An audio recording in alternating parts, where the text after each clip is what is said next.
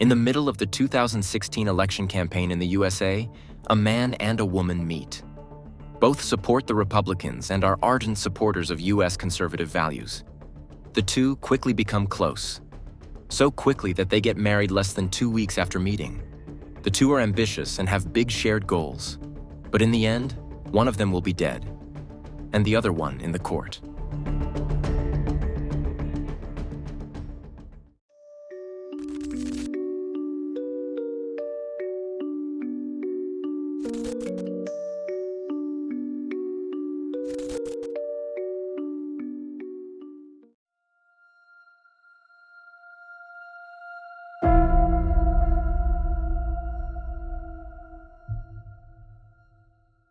Ashley Byers and Doug Benefield met in the summer of 2016. They met at a party thrown by the conservative politician Ben Carson. Both are from Florida and politically active. Doug is a supporter of Ben Carson, while Ashley was working for Donald Trump's campaign team at the time.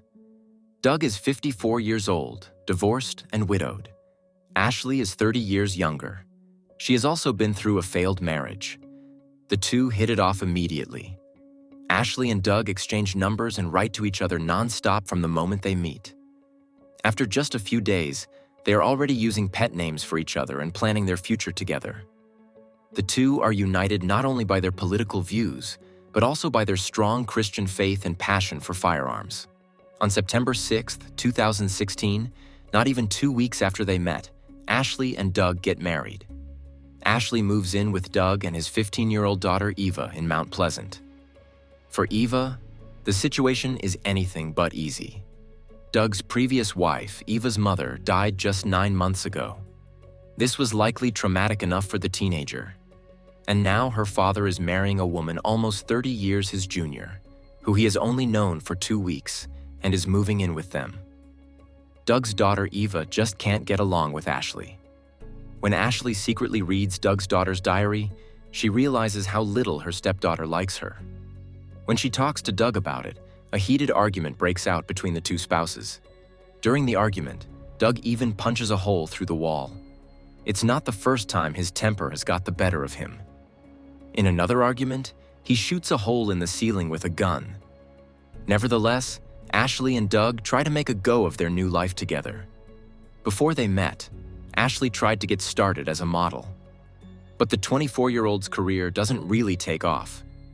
Ashley is actually a trained dancer, but that's a difficult career path too. She does get a few performances, but things aren't going well for her. So she teaches dance classes to children to make ends meet. Until she meets Donald Trump, who is impressed by the young woman and offers her a job on his election campaign team. She is part of the inner circle of the man who will soon become President of the United States. Trump even offers her a job in the White House. According to her diary entries, he calls her a bombshell, his baby, and his little girl. Ashley is flattered by this attention. But contrary to his promise, she never receives a real job offer from Trump. Doug works as a businessman and investor. He repeatedly donates some of his earnings to the Republicans to support their election campaigns. Shortly after they met, Ashley and Doug came up with the idea of combining their two passions. They wanted to start their own business, a ballet academy with an associated ensemble. They wanted to recruit dancers who would otherwise have a hard time in the industry. The two are investing a great deal of time and even more money in their new project. And in the end, one of them will be dead.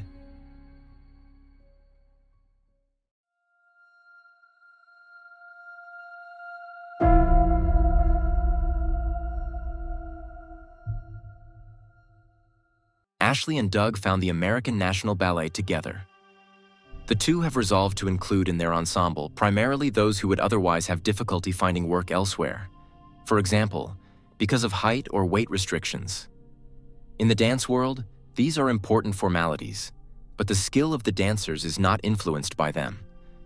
This is how Ashley and Doug managed to put together a respectable ensemble with excellent credentials. They even fly some of them in from abroad.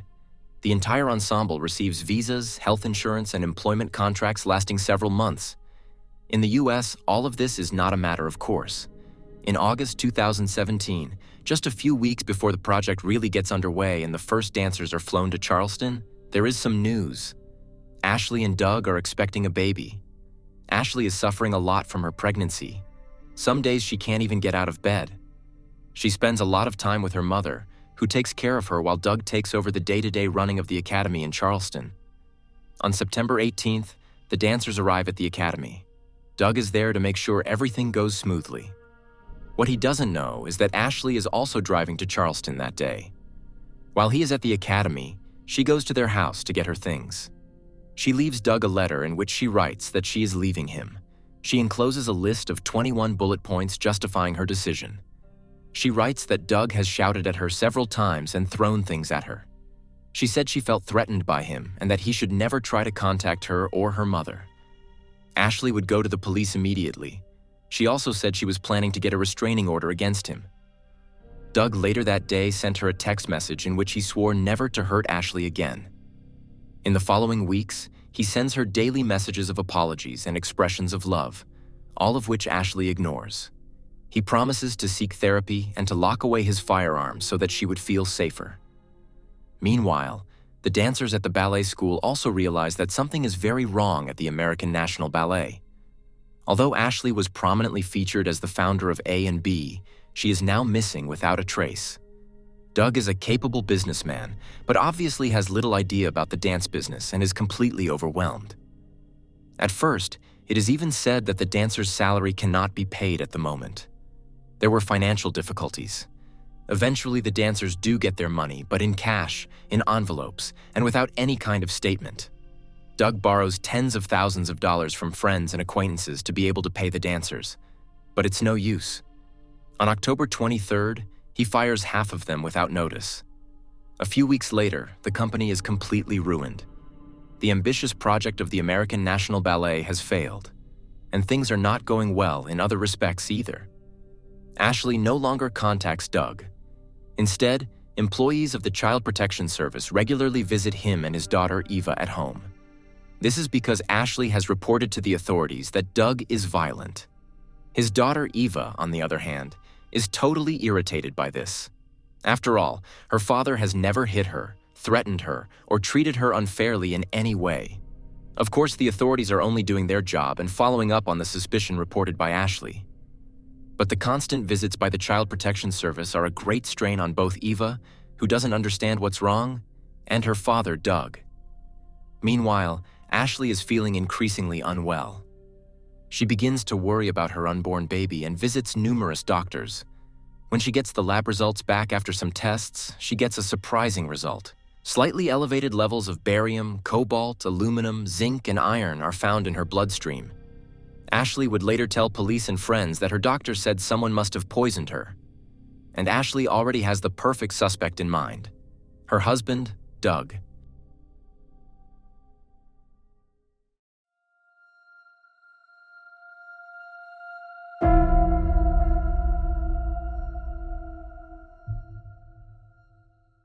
In July 2018, just under a year later, Ashley and Doug saw each other again in court.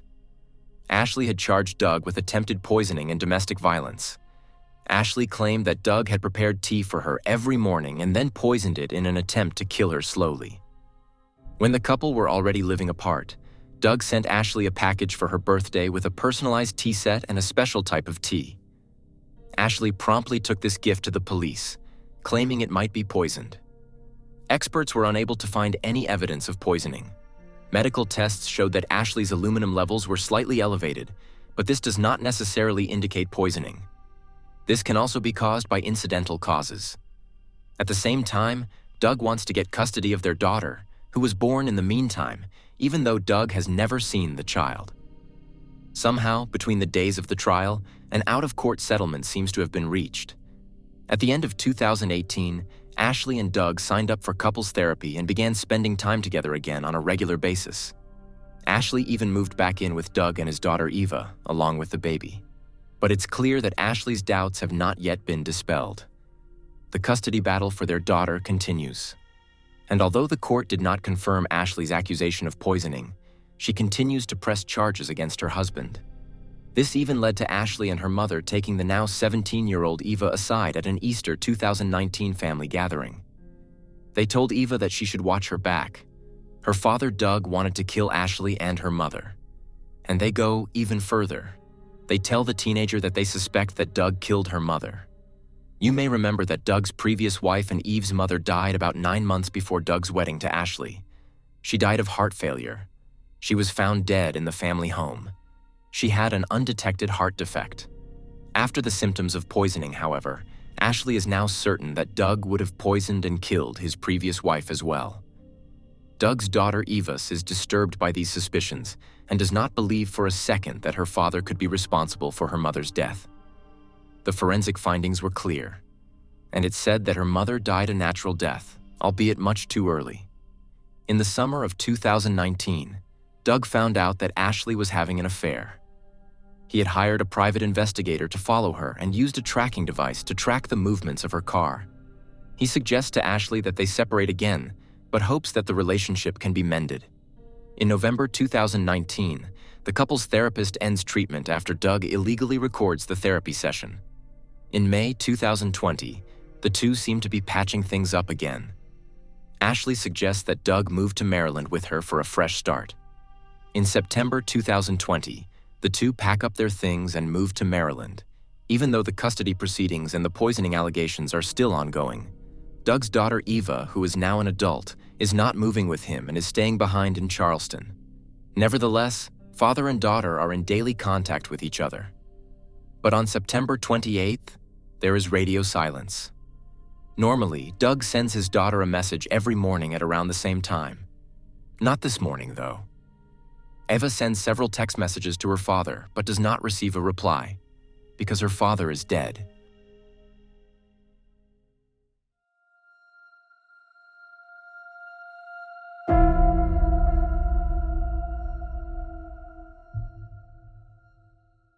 On the evening of September 27th, Doug Benefield was shot 3 times. Police found him in his bedroom in Maryland after a concerned neighbor heard the shots and called the police. Doug was shot in the chest, leg, and arm and was losing a lot of blood. He died at the scene. Police also found Ashley at the scene. She stated that she had shot her husband in self-defense. However, the police doubt this account. Doug has no defensive wounds or the like. Based on the bullet wounds, it looks as if he was turned away from Ashley when she shot him. Ashley herself is unharmed, except for a small scratch that was almost cut. Ashley Benefield is charged with second-degree murder of her husband, Doug Benefield. She's allowed to move freely until the trial and returns to Florida after posting bail. The coroners confirm the first impression of the police officers on the scene. Doug Benefield was shot with full intent. There is no indicator that Ashley acted in self-defense. The scene of the crime looks untouched.